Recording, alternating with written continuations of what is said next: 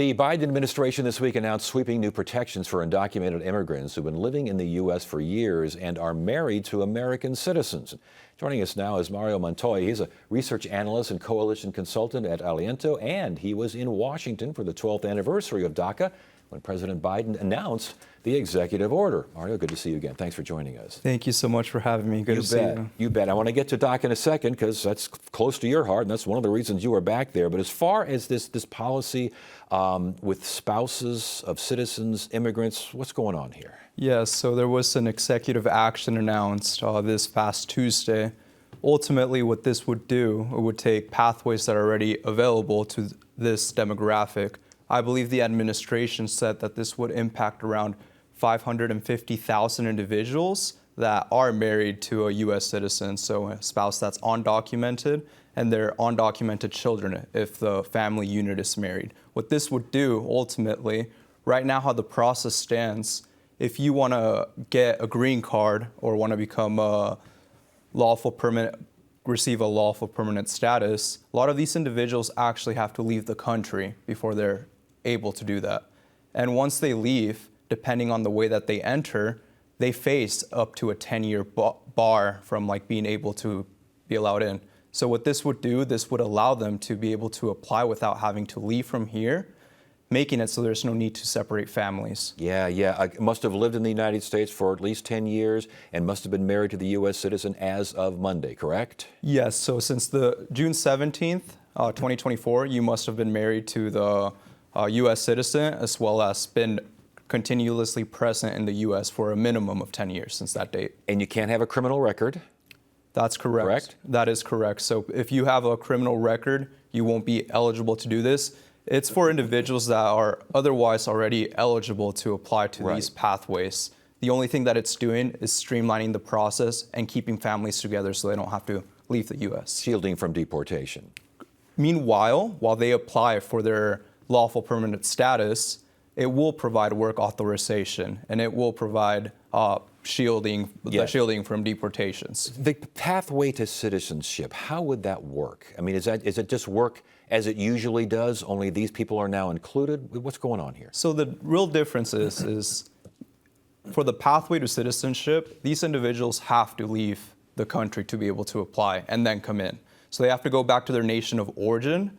And this is what occurs if you entered here without any sort of, at a port of entry, if you entered or if you have accrued unlawful presence over the years, this gives you a 3 to 10 year ban due to the congressional status of the laws, the congressional laws. So right now how it works, a lot of them do have to leave and then come back. We don't know the time frame. The time frame can range up to, if you get that 10-year bars, but even without those bars, say that you came here with a visa and overstayed, still this process, it could last months or even years. So a lot of these individuals don't apply to this. Well, when the president then says that people living with fear and anxiety, they are doing this and we can, quote, fix that. Does this fix that? Yes, because simultaneously it would provide them that work authorization and that protection from deportation. So it allows them to stay while pursuing legal status. That is correct. Okay. There's also the dreamer aspect of all this, is what you were back there, because you are a dreamer. And this allows for what? Gaining access to visas? What's happening here? Yes, so the other executive action that was announced was to allow dreamers or DACA recipients that have graduated from a higher institution and got a degree from here in the United States, a streamlined process for employment-based visas, non-immigrant visas. So this would allow them, individuals that have graduated, another pathway, another hope to be able to get work authorization and be here on good standings. So green card impact strong, huh? They wouldn't be eligible for a green card. It would be an employment non-immigrant visa. But does it grease the skids a little bit? Does it make it easier? They run into the same issue, right? These individuals still have to go to their nation of origin and do the process there. So that process can take up to months. So what they're really trying to do is update the system and streamline it. Okay, all right. But what happens if DACA disappears? I mean, how does this executive order work if DACA is gone?